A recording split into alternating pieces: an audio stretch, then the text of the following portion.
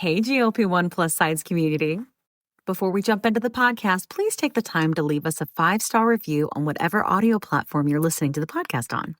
Share your story and how the podcast has helped you. This will help us get referred up in the audio platform so that we can reach more people that need our help, our support, and guidance from our doctors. Help us get loud and change things. Are you interested in understanding GLP-1 medications like Ozempic, wegovy, or Mounjaro? Then join us on the Plus Sides Cracking the Obesity Code, the groundbreaking podcast helping people change their lives one episode at a time. The Plus Sides podcast is a disruptor. We're breaking down barriers, smashing stereotypes, and sharing inspiring stories that'll leave you feeling informed and empowered. Join us every week to learn from doctors who are specialists around GLP-1 medications like Ozempic, wegovy, and Mounjaro. They'll provide you with science and facts to validate these incredible stories. But that's not all. We'll also bring you the voices of the GLP-1 Mounjaro TikTok community, real people who face the challenges of obesity-related diseases and disorders and discovered the incredible plus sides of GLP-1 medications. Our episodes are filled with heartwarming stories, laughter, and moments of triumph. You'll connect with our amazing community members who are reclaiming their health and experiencing their fullest lives. Are you ready to embark on a journey of discovery and empowerment? Tune in to the Plus Sides Cracking the Obesity Code, and together we'll change the narrative around obesity and end the stigma. Subscribe now on YouTube or your favorite podcast platform and join our incredible community. Let's celebrate the plus sides of life together, because every story deserves to be heard. Every life deserves to shine, and everyone deserves access to expert knowledge and medication. The Plus Sides Podcast. You're not alone. It's not your fault. Hey everyone, before we dive in, I really want to share something personal with you. About, I want to say like 8 to 10 months ago, after losing 100 pounds on GLP-1s and keeping it off for a long time, I started regaining out of nowhere, and I was terrified. But I also started having hot flashes and bouts of crying and snacky cravings and waking up at 3 a.m. unable to go back to sleep. It turns out I was in perimenopause. So I started hormone replacement therapy, which is also called HRT, through a telehealth called Winona that specializes in this. And it changed everything. And now I'm sleeping better. And my hot flashes are all but gone, thank God. And I feel like myself again. And it turns out that you can actually start perimenopause as early as 35. And well, I'm 46 and she's here. HRT has really come a long way, and there's just no need to suffer anymore. So if you're like this and you're in the same boat, you can check out buywinona.com and you can use the link in our link tree to save some money. Want the fastest working GLP-1? For half the price, Ro now offers FDA-approved weight loss injections cheaper, with results you can see faster. Lose 15% of your weight with the formula from Eli Lilly that hits not one, but 2 hormones to curb hunger and nausea. Weight loss faster, confidence higher, price cheaper. See if you qualify at ro.co/TV. Y'all got to check out Courtney Cook if y'all listening to the podcast. I'm not related to this person, but AJ, you're kind of like an old school TikTok user too. Mm-hmm. Do you remember the girl that would like make videos of herself eating a carrot, dipping it in mustard? Or am I the only one? She got insanely popular. She's very slender. Mustard carrots? That was like her taking thing? Vegetables and dipping it in mustard. What kind of? No, the only one I've seen in the past is like there's a guy that eats like a whole thing of Oreos with like milk or something like that. But he was in a bigger body. I've never seen really. I guess I don't watch a lot of people eat because I don't want people to watch me eat. So I think I can't watch other people eat. So see, I think that I watch. I gotta look up Courtney Cook.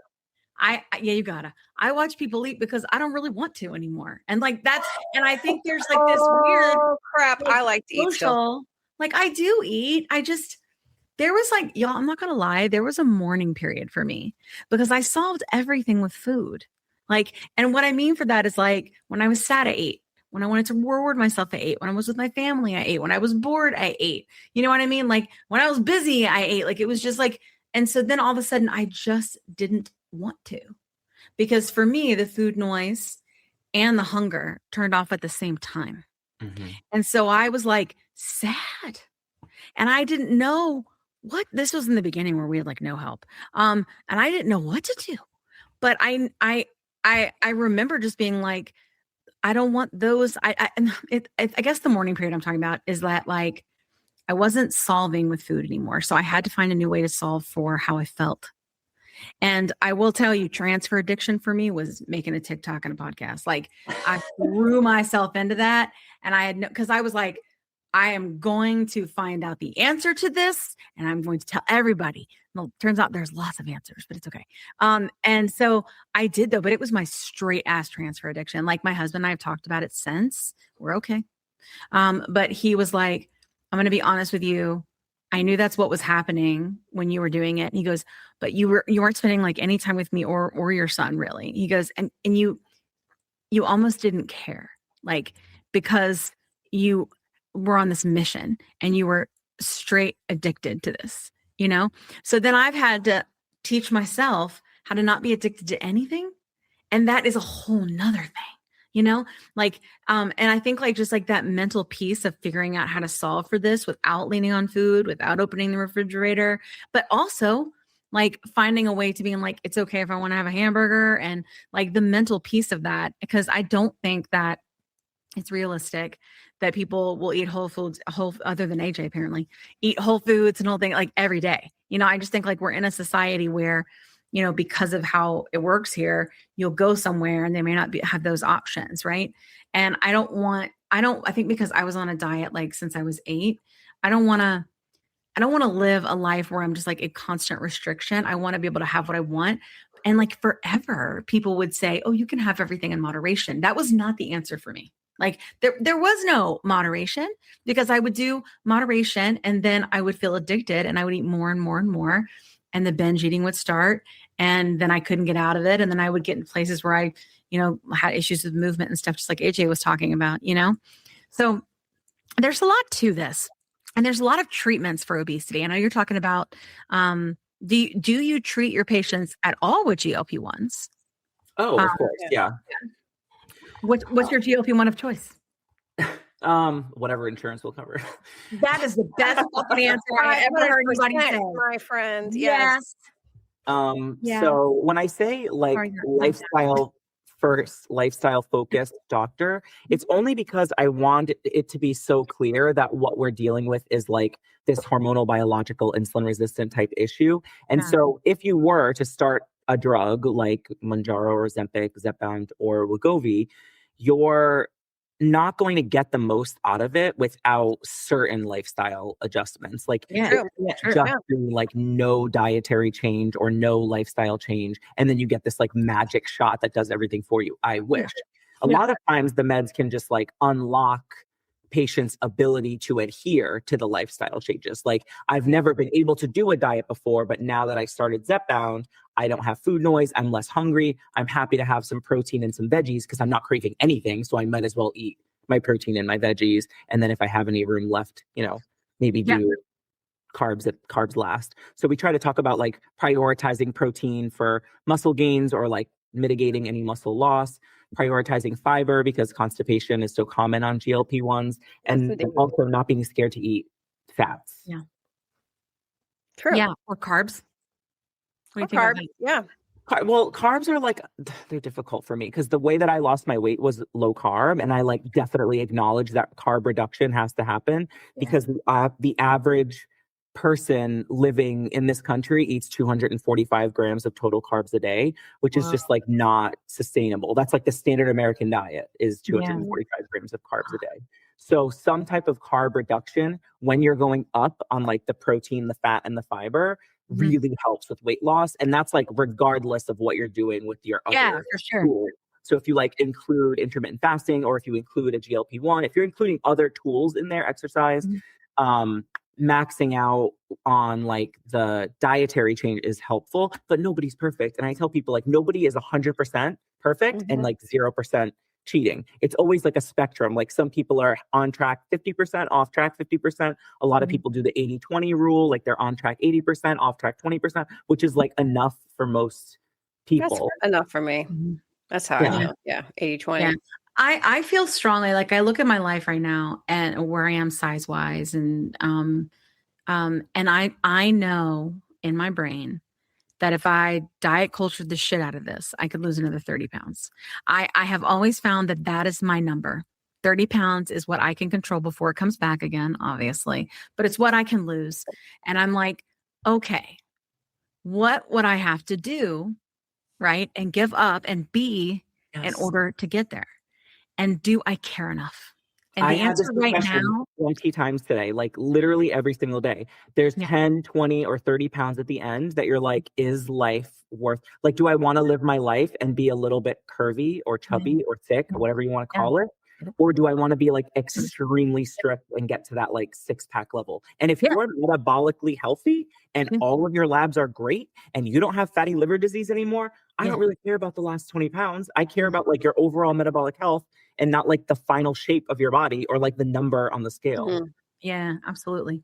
Yeah, I think that's true. It's like it is a decision that a lot of people have to make. And so like when I talk with people and they're asking me about that extra 20 and 30, I'm like, why do you want it?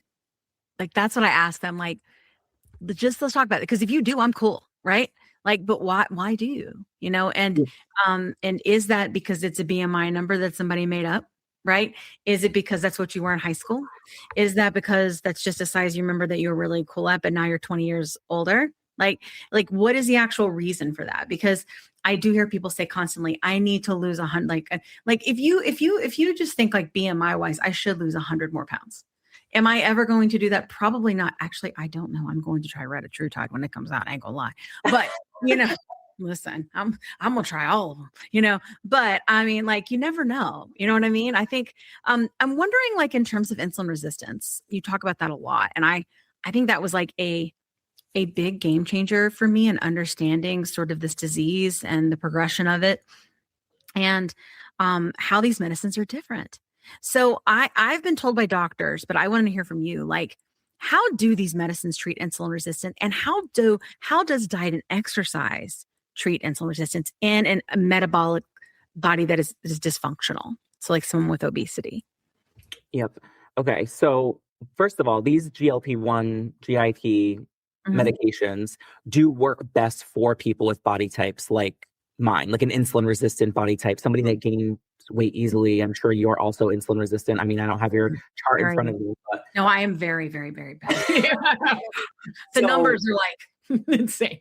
These medications are like best for people like us just because they are like basically built to improve insulin sensitivity. And the GLP-1 agonization basically works in your brain to like decrease overall cravings, decrease appetite, so you're just less hungry, works in your pancreas to directly improve insulin sensitivity, which like dials down the insulin resistance. So no matter how much like, genetic predisposition you have to insulin resistance, like maybe you have multiple family members with type 2 diabetes, it's kind of just like turning the dial down on that in the pancreas. And then it works directly in the gut to slow down gastric emptying, which makes you feel fuller quicker. Yeah. So it's like taking 3 different drugs at a time. And it's definitely like these shots are definitely stronger than anything else that we've had in the past. I've been doing this for 6 years. So, I mean, there are other medications that we utilize for weight loss and improving insulin resistance. It's just, can we talk about that? Yeah. I mean, we used to use phentermine, for example. This is expensive. So tell us what you got. So like I say it like I've been doing this for so long, it's 6 years, but like we used to, as doctors, use phentermine, which is like a stimulant medication. Phentermine combined with topiramate is called Qsymia. Topiramate is like a migraine, anti-seizure, mood stabilizing drug. And as a combo, phentermine, the stimulant, and topiramate, the migraine medication, can help with weight loss.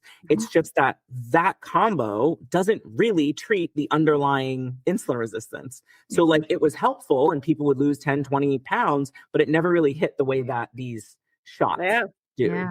So you asked my favorite one earlier, and it's definitely zepbound or Mounjaro, tirzepatide, just based on numbers and like, side effects. So in our clinic, patients are losing like usually somewhere between 60 to 70 pounds in a year with tirzepatide. And I see patients with type 2 diabetes and they're on Mounjaro. And I see patients with, just obesity, which I kind of hate that word. It's like Voldemort. I hate even saying it sometimes, but just obesity is like, that's what's on their chart. And we're prescribing zepbound. Yeah. Yeah, absolutely. You know, it's interesting. It's like everybody sort of has a different experience on them. Like I definitely lost more weight technically, like when I went on Mounjaro, but I think it's just because I stopped losing on Ozempic. Like I was on it for a long time. And then I even tried to do a wegovy for a little while to get to that 2.4 to see if that would like do more. It just didn't. And then going to the double agonist is when I lost like the rest. Although when I say the rest, I just mean the rest of where I am in now, not like you know, the rest. You know what I'm saying? Like, because I don't know what that equals. And I try not to even think about it, to be honest, you know, but yeah, I think that's really interesting. And like, I do have friends, many friends in our community, especially AJ and I, who've been on here for a while. Like they will be on these medicines for a while and the food noise can come back. Right. Yeah. And, I would love to talk about like maybe why you think that happens. Why do you think the food noise comes back? And then when that happens for your patients, do you add in one of these other things? Like, how do you go about it?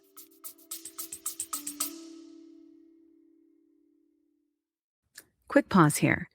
I've had moments on my GLP-1 journey where insurance changes or rising costs force me to look for a new provider. And honestly, that process can feel very overwhelming.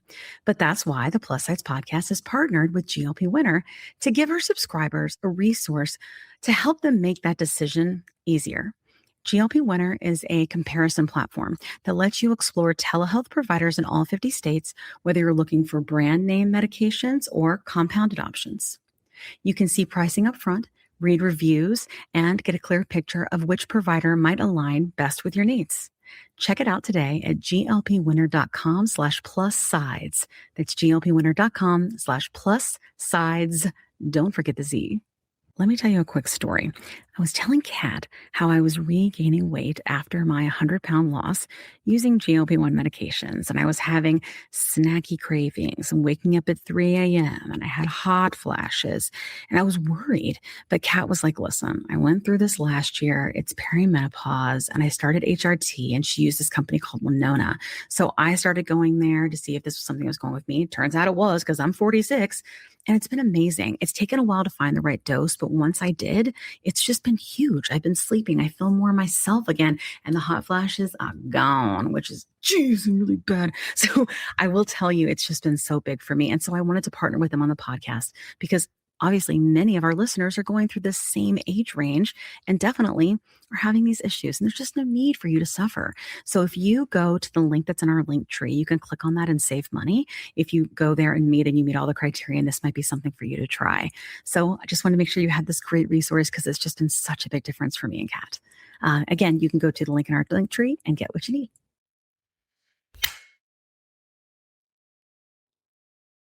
"20 seconds a week to lose 20% of your weight in a year with diet and exercise." That's the power of GLP-1s through Ro. Ro helps find the medication that's right for you, based on cost, availability, and your weight loss goals. Losing weight with GLP-1s is possible through Ro. Yep. So this is something that we're seeing, like the more time that passes that these drugs are out, the more we're seeing kind of like a trough and then like a slow regain, which if you look at a lot of studies with bariatric surgery, it seems like bigger bodied people just have like a higher set point. So I feel like everybody knows someone who's gotten bariatric surgery, lost a bunch of weight, and they like slowly gain it back because their set point was just higher. So this does happen not with everybody who takes shots, but with so many of my patients who take injections where like, I think what happens is they start to get comfortable at a certain weight. Like they think or presume like this must be my new set point. So they like loosen the reins, like less gym time, holiday time comes. They're starting to like slip back into older lifestyle kind of habits. And what happens is like they loosen the reins, they start like not really caring about their protein, forgetting that they were insulin resistant and that they had this body type to begin with. And then you hear Ozempic stopped working for me, which is like such a common thing that I hear in my clinic. Oh, it doesn't work anymore. I need to switch to something stronger, which is great when we have something stronger and it's covered by insurance. Well, let's try it. But a lot of times we have to revert back to like, okay, we need to like figure out why this is not working. Like go through, we need to do like food recall and like your typical week and compare when you were actively losing versus now that you're in maintenance, like how many things have changed and how like different is your understanding of what's going on? Did we forget that we have this body type? Because the body type never changed now that you're at your goal. Yeah. Sounds like we're kind of like, that's a good point. The body type never changed. Yeah. It sounds like it, because I had a little question I was teeing up here, and it sounds like we kind of covered that, but we were talking, you're saying like about zepbound and how you get to a certain point and people kind of like when they say it stops being effective. I think also there is that popular misconception that we're not, that's all we do is take the shot, right? And speaking of, like AJ shared that he lost gain. So even though they say like it stopped working, but can we examine how GLPs are like so crucial to help us like in the long term with other wellness methods, not just obesity? Does that make sense? Well, I think they're like a huge game changer, right? Like if you compare what we used before and what we had before, we were really grasping at straws. Like the strictness that was required was almost like unfair. You know what I mean? Like holding people to this, you have to follow calories in, calories out, strict macros, like an obsessive approach that was borderline on disordered eating for patients. Absolutely. And like finally there's this advent of a tool that has never existed before that can just like unlock the ability to lose weight that just didn't exist. And so that's why I'll never like say bad things about GLPs. Not that they're perfect, right? There's side effects, there's all kinds of problems with them, but they have been like one of the single most important inventions of the last 5 to 10 years. Is like this has like completely transformed the landscape and allowed people who've never been able to address their weight, like finally they can unlock the ability to do so and like start reversing all of these comorbidities. But something that I say, like I give like what'd you say? Sorry. It makes things, it feels like it's so sustainable now, like sustainability is possible is what it feels like. Yeah. Or within a certain range, like AJ was saying. Something that I say to my patients when I usually like I have a group tomorrow and it's I meet 15 to 20 patients in a group to start. And something that I say to them is I do not want this doctor-patient relationship to be like you're going to a vending machine for zepbound and just like here's your zepbound, like, oh, I'm an obesity doctor, I'm here for my zepbound. I want this to be like a long-term relationship where our goals are aligned and like we want to improve your metabolic health. And like the best part of my job is de-prescribing meds, not prescribing meds. I want you to come off your high blood pressure meds and no longer need cholesterol drugs. I want you to come off your CPAP machine. And if we have to start a new shot once a week for you to stop 5 other drugs, then so be it. I mean, like we'll utilize whatever medications or tools that we have, and GLPs just happen to be one of the best there are. Yeah, absolutely. I think it does, like, I'm not gonna lie though, the more I see, let me know if you're uncomfortable talking about this. I'm about to ask you something, and if you don't want to answer, we don't have to. But I'm seeing a lot of people leveraging peptides. Oh yeah. And if you don't want to talk about it, we don't have to. No. I can't say much about it because I don't really know much about. Okay. I'm just saying I'm always careful, but like I see people talking about like different peptides. So like one of the ones, or I'll tell you some things that I see. Okay, it's people that will cycle in like tirzepatide, cycle in retatrutide, cycle in cagrilintide, and they're just kind of popping them in and out, and I don't know why, but I struggle so much because I'm like, I worry that it's not tested. So there are times where like I do think about when we're on these medicines, like what our body's going to look like at the end of it if we're doing all these things. And to be clear, I have tons of friends that take peptides, like tons. I have tons of friends that are gray market, like that take things gray market, that take things black market, like tons. So they all know I get it. I'm just saying I do worry sometimes, I worry a lot about like gray market and black market peptide. It's the thing is, right? Like when you look at the Obesity Medicine Association and like the major bodies of physicians, and like whether they're funded by pharma or not, it's like widely, advised to not go with black market or gray market peptides just because they're not FDA regulated. So like nobody's checking to make sure the dose that you're taking is like, say what you will about the FDA, but at the end of the day, no one is checking to make sure. And like maybe there is some random person checking to make sure that the peptide that you're taking is in fact tirzepatide or retatrutide or whatever. But like retatrutide, it doesn't even exist yet. It's in like phase 3 trials. It doesn't exist on the market yet. They're not even sure about the dosing yet. So it's like you see these peptides being sold from overseas and it'll say on the bottle, not for human use, like for animal use only or for educational use only or whatever the hell it says on the bottle. And it's like, okay, well, I would not advise that for a patient, but I see why people resort to gray market, black market because of how expensive these drugs are. And like slowly they are getting better with pricing, but there's still so far to go. I wish they would price these medications competitively with gray market tirzepatide or Semaglutide. That would be just wipe out the market and have drugs that are paying tested. For gray market. They're paying $500 for a year of medicine. Wow. So like, it's insane. Like that's probably even a little high, to be honest. Like it's, so I don't even know how they could but that's if people, so they have like, 2 different sides, right? They have like gray market, which is more like research grade that you get here, which isn't that much less expensive than like what you would get like at a compound pharmacy. But then they have what was called dark gray or gray, because we don't want to call it black market.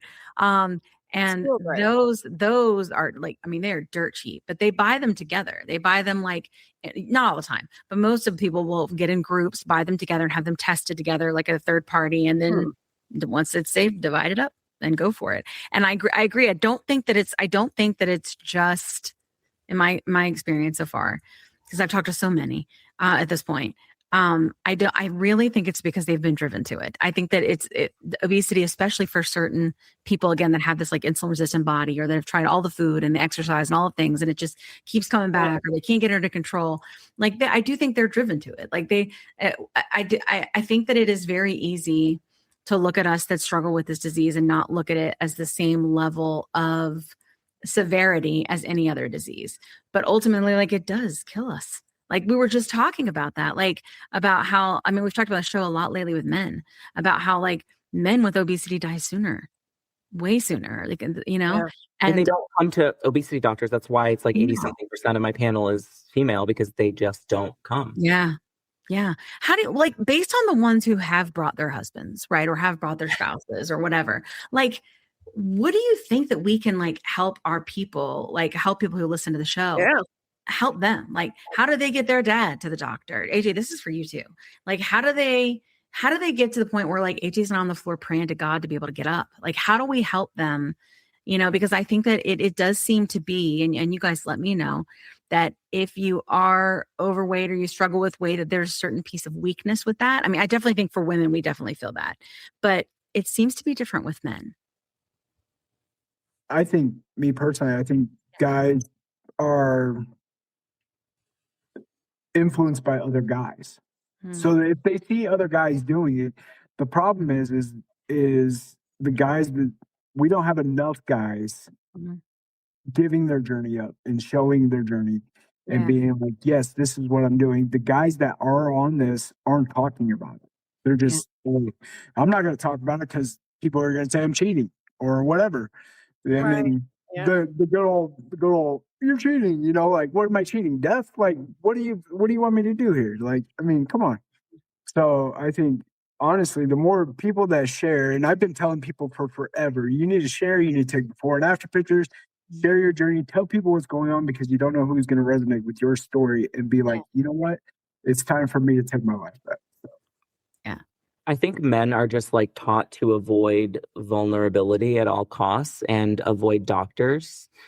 And that might be like something that's actually taught. That might be like a societal thing. But when it comes to like bringing up, like how to bring it up to a man in your life that you love, I would say like a direct statement that has empathy, but is like not confrontational. Like, I want you healthy and I want you here for a long time. Okay. Like, I want you here for the kids. Like, I want you here for like what you want them to be here for. And then like supporting them about discussions of energy levels and strength and libido and mood and sleep and longevity. So like not actually like weight, but Yeah. but things that are all impacted by weight. So you don't even, without even having to name it, right? Like saying I want you healthy and I want you here for a long time really isn't saying like, hey, you're 350 pounds, you need to do something. It's not being like confrontational or trying to start a fight, and bringing up things like strength and energy and libido, or mood. Inflammation. I mean, you talk, most guys take what, like 12 ibuprofen a day, let's be honest. Yeah. You know, that are overweight, over 50, I guarantee you that's probably what they're taking. I mean, they probably wouldn't have to take so much if they were on this stuff. Yeah. That's true. And it makes me think of those like Nugenics, those other drugs that are like available on TV that, yeah, I think that's another way to like sort of avoid a medical professional. Like, is it a fear? Is there like, can we get past that as well? Is there a way that we can approach that conversation? Because I know that it could just be fear. A lot of men just more so are just, or are they admitting the fear? Like, or is it okay? Doctors without saying it, because they actually say, I hate the doctor, which like there is a lot of distrust, right, in the medical community. It's true. I don't have a lot of doctor friends. It's like very hard to be friends with a doctor. It's hard to like go to the doctor and not be angry or fearful or feel like you're not getting your concerns addressed. But it definitely goes both ways, where like if you have such a short amount of time with your doctor, you have to sometimes go in and be your own advocate and like have a list of things that you want to talk about in those 15 minutes, like a priority list. And a lot of guys are not making priority lists in their notes app. Like it's just not a common thing to do. So I think what AJ said about like normalizing going to the doctor and addressing your health and like actually, you know, doing the hard thing and showing that you're doing the hard thing is really helpful. It's really helpful. What maybe it should. So me personally, in my experience, the first doctor that I had before where do we get at where doctors actually have a better, this is what I'm having an issue. Like, so I walked in, so in that 3 weeks where I was losing you guys heard my story, I was losing my strength in my legs and everything. I went to my primary and I said, hey, something's wrong with my legs. And all he had to do was talk to me. It was about weight and bariatric surgery. He never did a scan, never did any of that. And that's weight bias. It is weight bias, but where do we get to the point where they listen to what's actually going on, and we don't just, you know, judge the people that are walking through the door by what they look like at that point in time? Because nobody's going to the doctor. They're not feeling great. They're not looking great. You know what I mean? So you know, there has to be like somewhere where we teach doctors, hey, this is where we need to listen. Yeah. So I do that. Like I have a weight bias training where I work right now to help other doctors, like primary care doctors with weight bias. But it's like, sometimes I feel like I'm like just stepping my toe into like a whole ocean. Like I'm barely making an impact, because it's like I'm just impacting this, just like a local few doctors. Right. And maybe like the ones that I'm friends with is like I can make an impact. But you're so right that like there's a cultural problem with medicine, and the cultural problem does go back to weight bias, because like internally that doctor is saying like, this patient in front of me, no matter what's going on, if they can't walk, if they have knee pain, if they like have a headache, it's all because of their weight. Like that is like the cause of whatever the ailment is. And of course, like I don't want to shit talk doctors this whole time, right? But it's just something that every doctor that comes on this show shit talks doctors. Don't worry. It's so bad. Don't worry. It's true. We had an opportunity to talk to doctor educators, and it gave us hope. So they're starting to treat. Yeah, we have been seeing that more. Different. Yeah, we're getting away from the weight bias. So. I feel like there is a. Go ahead, AJ. Yeah. My next doctor, she was great. She like listened. She was like, oh yeah, no, like we could try that. We could do, but hey, I want you to do when I would say something, she would listen, but then she would recommend stuff. And I was more willing to listen to her with her listening to me first, if that makes any sense. Yeah, it does. Yeah, I totally get that. Like when I started on GLP-1s, I finally gave in and I went to the PCP, and I was just really sick, guys. And I went in and I was complaining already to like the nurse when I was coming in. I was like, I've only lost 10 pounds and I just Can't figure out why it is. Like, it's only 10 pounds. And then I came in and she was a nurse practitioner and she sat down in front of me and she put her computer down and like sat down to have a conversation with me. And she goes, I heard you say that you've only lost 10 pounds. And here I am, 350 pounds, right? She goes, I think that's such a win. Why would you feel bad about that? And I'm like, well, I have so much more to lose. And she's like, did you know there's medicines that can help you now? It's a disease. And I got in a place to receive. And I feel like any doctor out there, because we do have some doctors listen to the show, if you could just take the moment and tell the patient, hey, did you know that obesity is a disease? It's not your fault. And there's treatments now. They will melt and they will get in a place to receive the not only medicine, but the change in the lifestyle I think that everybody wants to make, right? But many of us are not able to, or we're not able to have that like sort of that sticking to it piece because the insulin resistance and the food noise comes raging back, right? When you start restricting too much. And I think like that, I think that if doctors would just do that, and if they would, this is going to sound a little woo-woo, but ask for consent, like to talk about somebody's weight. Like when they come in, go, hey, can we talk about your weight? Like, can we talk about it? Just asking for makes a big difference. Like it creates a different dynamic between doctor and patient. And if there's one thing I've noticed in doing this work is the trust dynamic is very broken. And the issue with that is there are not enough obesity specialists. There's not enough endocrinologists. There's not enough bariatric surgeons. There's just not enough specialists in general to treat the amount of people that have obesity. So these PCPs are the first line of defense. And they're always wanting me to like teach the PCPs how to be an extension of me, like how to be an obesity doctor. And it's like, oh my God, do you know how much they need to address in 10 minutes? Like, and then also you want them to sit there and talk about weight.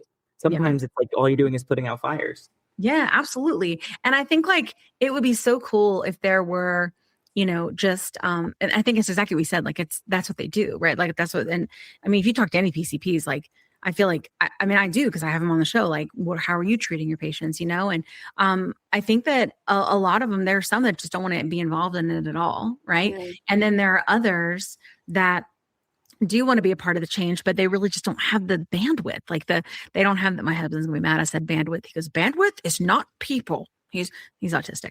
He has my podcast. He's going to be like, why did you say bandwidth? But they don't, right? They don't have the resources, the time or the resources to fight insurance or to handle side effects or any of those different things for the amount of people, right, that are sick with this. And I think that the issue is though, is it's sort of like with high blood pressure, right? Like, or anything like their high cholesterol. It affects enough people that we need them to be able to at least do the bare minimum, right? And if there's a program that they can be a part of, then great. And if they can't treat them at all, then I think that it's important that they do refer them out, right? Mm-hmm. But at the same time, like, I feel like sometimes on the show, we sort of talk about this ideal, right? The ideal is you get your medicine from your insurance, you pay $25, you have mental health support, you have a dietitian, you have an obesity doctor, you have all these things. That is for people that sit in a place of privilege. And it's not that you're a bad person because you sit in a place of privilege. I do, it's just that we can't focus on the ideal when at the end of the day, the majority of the people don't. And so that's where like, I feel like I want to find solutions to like, and I try to talk to doctors and to patients and stuff on the show because you never know where the next idea is going to come from. But I think that if I really wanted, like in this moment, like I feel like we have an opportunity for AJ, and you can think about it. I won't put you on the spot. If someone out there, like let's just say it's a wife. Let's just say it's a wife or it's a sister, right? It's a woman that's listening to this show, and because that's like 90%, and they want their, whoever, right, that they love. Like, because I tell people all the time, like I'm like, listen, you may not have obesity, but I bet you love someone that does, And so it's important for you to understand it and understand how it works and have empathy around it. But I think that if you could say something like, hey, that they could literally show right now in this moment, right? Whether it's on a video or whether it's, listening to it, what would you say to them to help them understand that, that because me just telling them that they're not alone and not their fault sounds like a lot of girly stuff, right? But like, what would you say to them to help? How do we bro it up, guys? How do we grow it up? Help us. How do we grow up that Ask AJ conversation? that. That right there. Grow it up. Like, how do Grow we it do that? up. What do you got? I think honestly that it could get worse. And because I used to say I like being big and I like being big. I hated it. I'm saying it right now. I hated it, but I used to say it all the time. I used to, when people would talk about it with me, I'd be like, oh yeah, no, I like being big. It's a lie that we tell ourselves. And there's a lot of guys, if you live however long in a 400-pound body like I did, you need to change before stuff starts going wrong that you can't fix. Yeah. And if you can fix it sooner by taking a weekly injection, or by figuring out where you need to go for food or bariatrics, because I'm all for whatever you want to do to lose the weight, then that's what you need to do. But you need to really think about where you want to go, how you want to do it, and just do it. Stop overthinking things. Stop over-contemplating it. You didn't gain the weight overnight. You're not going to lose it overnight. Take your time, be patient, and give yourself grace when you need to give yourself grace, because it's not a perfect world. No, it's not. AJ, I'm going to clip that and send it to my male patients. I love it. What do you have to say? You broed it up. if like the wife or the sister or whoever is putting this up right now to their husband, right, who's struggling with obesity, struggling with weight, and doesn't want to go to the doctor at all, what do they need to hear? So what I would say is his like AJ's approach is like really good. Like it's like a man-to-man, like basically cut the shit and what are you going to do about it right now? Which I kind of like that because that's very direct. When it comes to like, if it's a significant other that's female or like a sister that's a female watching the show and they want to talk to their brother or they want to talk to their husband or their boyfriend, I would say if they're the ones approaching it, it should be the like direct empathy kind of non-confrontational thing that I was talking about earlier. Like, I want you healthy. I want you here for a long time. What worries you? Like, just ask directly, what worries you the most about your health? Yeah. They might say, they might actually open up. Like, what worries you most about your long-term health? Are you worried at all about living a long and healthy life for our kids or for your kids if it's like a sister talking to their brother? And then maybe, I mean, like, it's like being, because a lot of men don't like to go to therapy. It's like being their therapist. So like opening up their anger and fear towards doctors and like getting into like their maybe traumatic experience or unhelpful experiences that they've had with doctors. Because a lot of times if you're not an advocate, like I mentioned earlier, then you kind of get shut down or everything gets blamed on your weight. So like trying to crack that egg open or like delving into the feelings behind that is like usually always my approach, because I'm such a empathetic kind of compassionate person that a lot of times I'm not like the, directed, cut the shit, you have to do something about it. I'm more of the like, let's explore why you feel that way. Like sometimes my job is like, I'm a full-time therapist, but I think it helps with men who've never talked to a therapist to like explore some of those feelings sometimes. I like that question approach too. Like, what's your biggest concern with your health? I think that's a big one that can open up a really great conversation. Well, because it's creating the space, right? It's just that I think it's I don't know if you know Jamie. So Jamie's one of our friends in our community that's an advocate. He's lost half of himself. And he said one of his friends came up to him and said, I don't want to be at your funeral. And then Jamie looked around and realized that he saw nobody his size, his age, and that was a big moment for him. Right. And that was like, I think that it's very difficult, I think, from that perspective, because I do think that sometimes men want to be, and again, like I said, learn from other guys, like very strong. Right. But like, I would tell you, it's very triggering to some people. So it's like, you have to know the right person to say that kind of thing too. Yeah, absolutely. Well, because I think already you feel like you're in a place of weakness and vulnerability if you can't control something like your weight, right? But newsflash, 40% of America can't. 70% if you count overweight, right? So, you're in like good fat company. You know what I'm saying? Like, like it's probably helpful if it's coming from someone who's struggled with their weight versus someone who's like born a twig. Small body. Yeah. If a small body person tries to talk to me about weight, I'm like, I will come for you. You know, that is hard. You know, like do not tell me. You do not know, you know? But yeah. Jamie's videos that he does like a daily video, like gets me so many times, and I've already lost the weight. Like I'm down. Yeah. And then dude says some things sometimes, and he used the word intuitive or something like that the other day. And I was like, come on, man. Like, come on. Like, leave me alone a little bit. Why are you always talking to me with these videos? And I'm like, Jamie is great. Jamie is great. Yeah.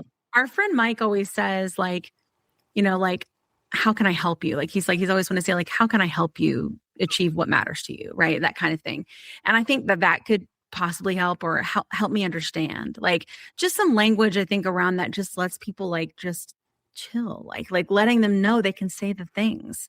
And then that conversation hopefully can lead to the next conversation. Like, is it, hey, maybe not even how can I help you? Maybe if I went to the doctor with you, would you go? Yeah. If I made the appointment and we went together and we made a day of it, like it would be like our date, and we would go and we would do whatever, and we'd have a nice fun meal right before, you know, and then we would go talk to our doctor, and then we would get our medicine, or we would get our plan together, right? Like maybe if it's something more like that, because I will tell you, like, my mom tried to have that conversation with me 500 times in her small body, and I was like, back up.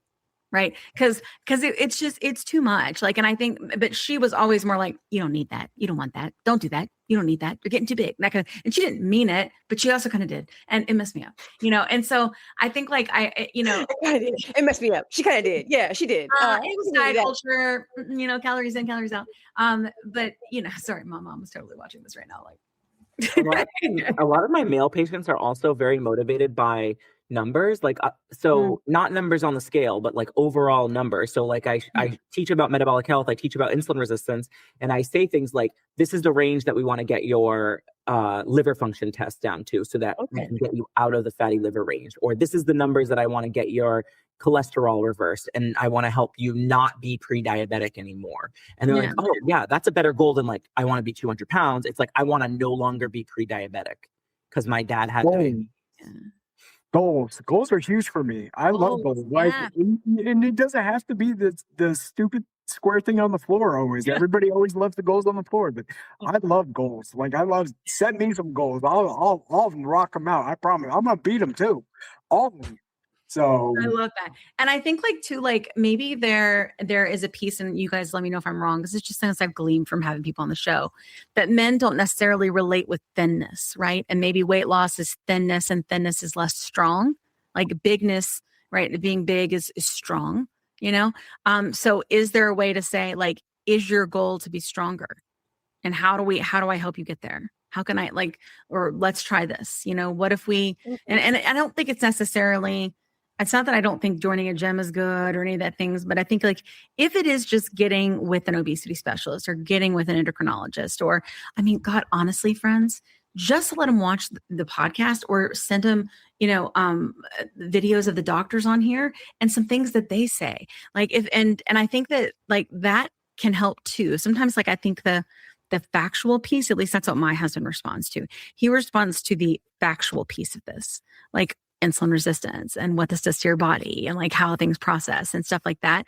And I think like not everybody uses, I mean, I'm making everybody knows that I am all about like diversity and inclusion. We all know this, like I've had episodes about it, but I think that it's important. Like we're just speaking general to try to solve a big problem, right? There's always going to be nuances, but I just think there's like some things to consider there.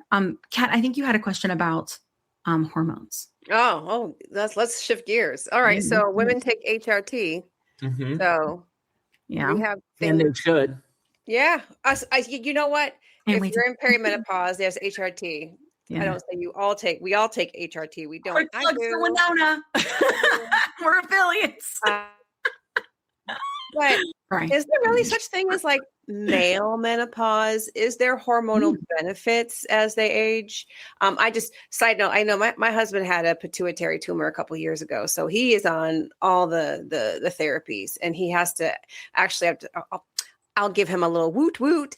He never really liked to work out, and now he does because of the therapies that he's on. And his doctors say you gotta keep that muscle built because he's on the testosterone shots. But anyway, sidetrack.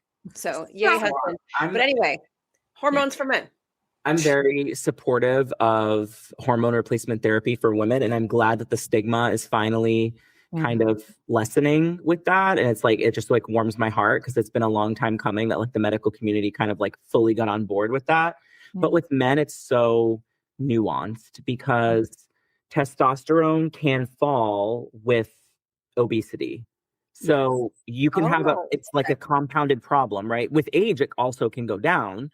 But you know, with every decade of life, if you're starting at 650 for your testosterone and it's like slowly going down 50 every 10 years, it really like may never be low for the rest of your life.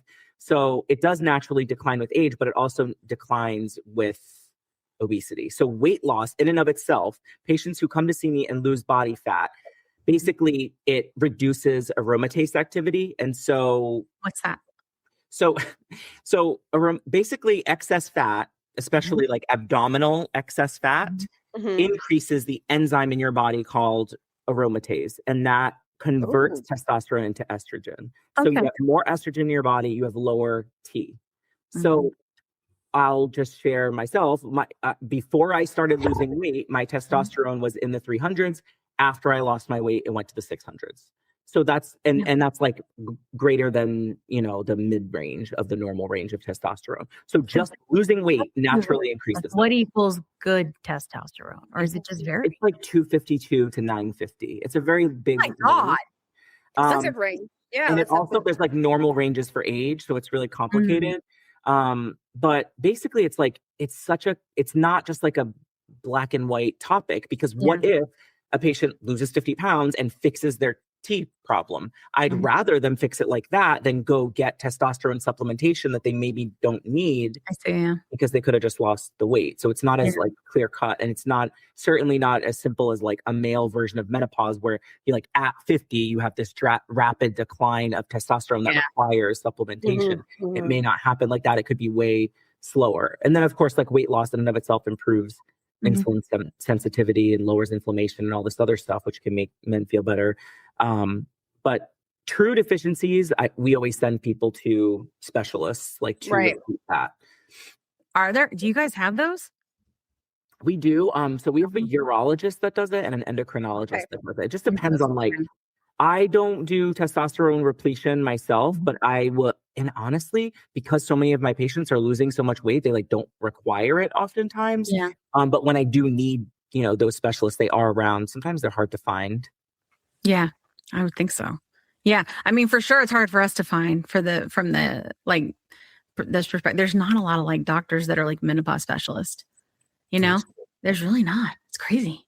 Like considering all of us it's going to happen to all of us. Like it's like inevitable. You know what I mean? None of us are going out alive.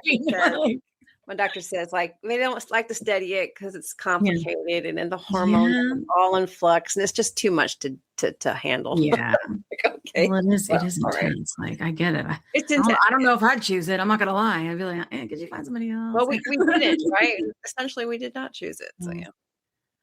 Well, I think this has been like a really good conversation too, like for people to understand, you know, again, like how these medicines work, how like the lifestyle changes, like that. The one thing I'll say about like, I see it a little different, right? Like when it comes to again, like it was sort of like the lifestyle was possible for me because I was able to control a disease, right? And then I was able to do those different things. But I have a hard time when people say lifestyle changers or when they say diet and exercise, like because of my stuff, because I'm like, that is the prescription I have been given by doctors my entire life that didn't work. And so like now I want to look at it more like I feel like words are important. So I think about it more like movement and nutrition, right? And community and therapy, you know what I mean? And things like that. Like it seems just to be like what Kat was saying is like, it's not just what she's saying, like, it's not just the shot. Like we got to meet because we did the podcast and we're advocates. We got to meet with like some people from Big Food and we were talking with them and they were like, well, you know, people don't understand that you have to diet and exercise on these medicines. And I went, I would like to challenge you there. No, you don't. No, you don't. You know, you don't. You're going because you will eat less and you will lose weight. do you want to be strong? Right? Then yeah, you want to make sure you've got that protein. Do you want to avoid all of these other things? Yeah. But, I think that the truth is that you can be in a deficit, you know what I mean? And still eat things. And like, it just depends on the person's body. Right. And I think everybody sees it a little bit different. I think what kind of the phenomenon is for me is that I'm not interested in the foods that are like junky that I was before. And it's not because I lost weight and I see the motivation, and it's not because my taste changed. Like my taste changed. So instead of wanting French fries and hamburgers and all those different things, I wanted Brussels sprouts. Kat makes me Brussels sprouts all the time. They're delicious, and like just want to try to get her off instant mashed potatoes next. They're not instant. They're refrigerated.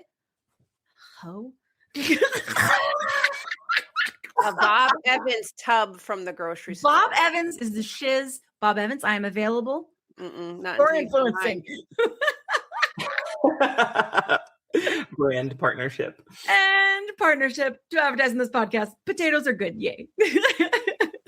I am going to try. I did get a sweet potato to try Courtney's cheese situation. Mm-hmm. It's good. It tastes like, shockingly, it tastes like sweet potatoes and cheese, which both of those hit. So of course, it's delicious. I mean, how bad could it freaking be? It's cheese. He's like, what? You know what I mean? I thought I was looking like a champ after that. It's a lot of fiber. Anyway, okay. Well, good talk. I want to make sure like everybody has said all the things they want to say. We can always come back and do this again. But I definitely think that like whenever we have the opportunity to speak to our male audience or our friends who want to talk to their male friends and loved ones, that it's just good to be able to. And I think we've given some good tools today. But if there's anything I missed, because I am tired AF. What did I miss? Anything? No? I have something that I think you guys should talk about that I think is important that nobody really talks about. And Dr. Kevin could probably talk about this, but this is for a different podcast. It's okay. The stress that it puts on your partner when you change so drastically. Because bariatric people talk about it, which that's the reason. If it wasn't for the bariatric community, I probably wouldn't have made such a great effort into making sure that my marriage was intact the whole time. But yeah, no, you changed so much that's big, man. Do you feel like that might be a piece of the fear with this? A fear with going to the doctor about what that could possibly do to your relationships at all? I think most men just feel like they're not listened to. Interesting. When it comes down to it, just by doctors, by the people that you talk to when you walk in there. I think they get not listened to by so many people a lot that they just don't want to put themselves in another situation where they're not listened to. Yeah.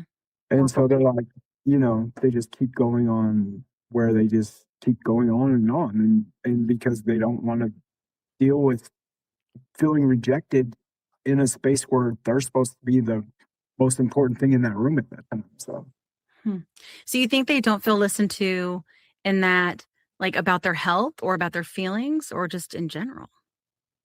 I think a lot of men feel like when they do talk, it's, we're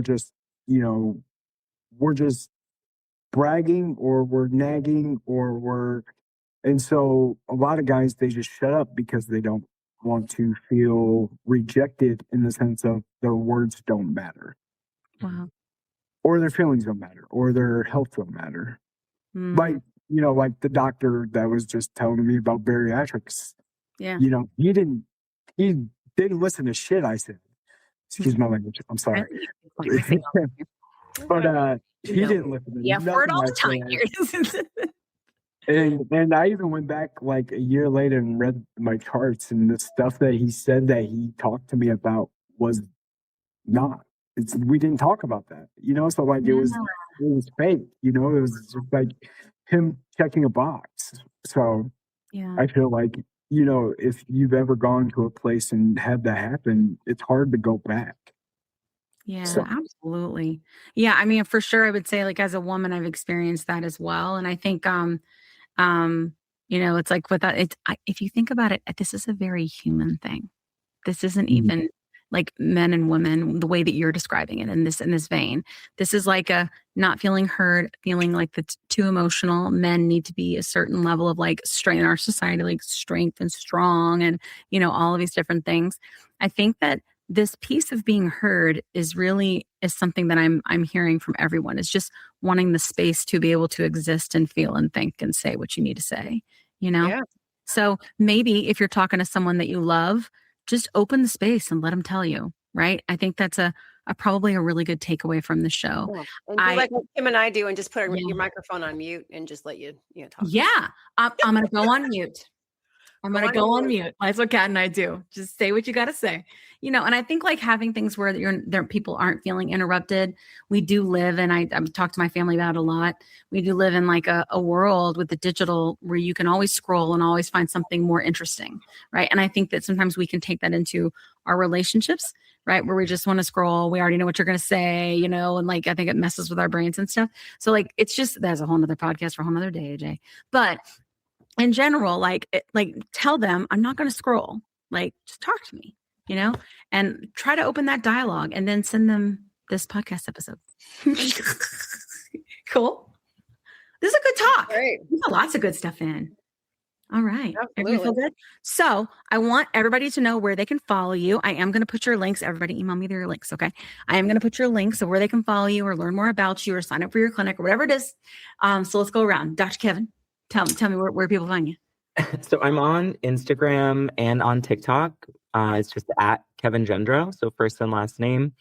And I wrote a book. It's called The Metabolic Health Handbook. It came out about a year ago, and it's subtitled A Doctor's Guide to Overcoming the Hormonal and Biological Barriers to Fat Loss. So it's kind of like all diving into insulin resistance more. And I talk about GLP-1s, and I talk about like prioritizing protein and fiber, and there's like recipes in there and stuff like that. So I love that.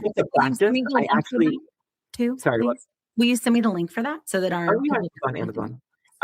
When it comes to my practice, we actually closed our panel right now because we're so overwhelmed with how many patients we have. Wow. So we've seen over 3,000 patients, and we were booking out an entire year. So we decided to like close the panel for now, because it's when people are motivated to lose weight, it's like now, not a year from now. So we like put it on pause until we can restart, reopen it, maybe hire another nurse practitioner or something. Yeah. That obviously says something about your practice. Yeah, it does. Yeah. It was kind of like it also says something about the need, right? Yeah. And the lack of availability, right? Like it's, I think that's something to think about too. But it is good. At least we can know about the practice, follow the practice, and you never know, right? You never know. Exactly. What about you, AJ? Where can we find you? I am AJ Big Boy to Slim Boy on TikTok. And I mean, I have all the other ones, but I'm mainly on TikTok. I really don't do a lot of other stuff. So yeah.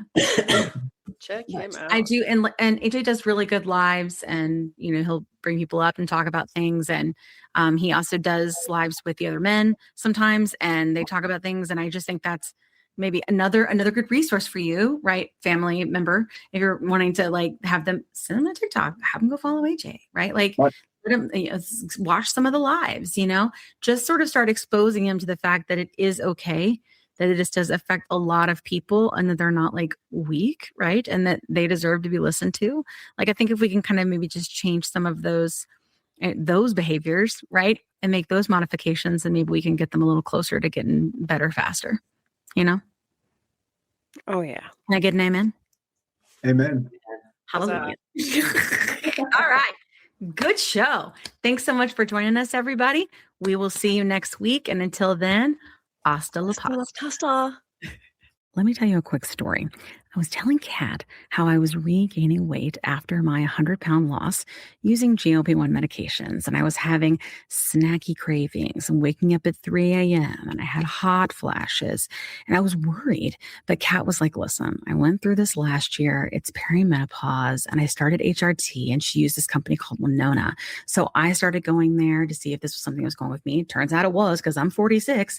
And it's been amazing. It's taken a while to find the right dose, but once I did, it's just just been huge. I've been sleeping. I feel more myself again. And the hot flashes are gone, which is, geez, really bad. So I will tell you, it's just been so big for me. And so I wanted to partner with them on the podcast because obviously many of our listeners are going through the same age range and definitely are having these issues. And there's just no need for you to suffer. So if you go to the link that's in our link tree, you can click on that and save money.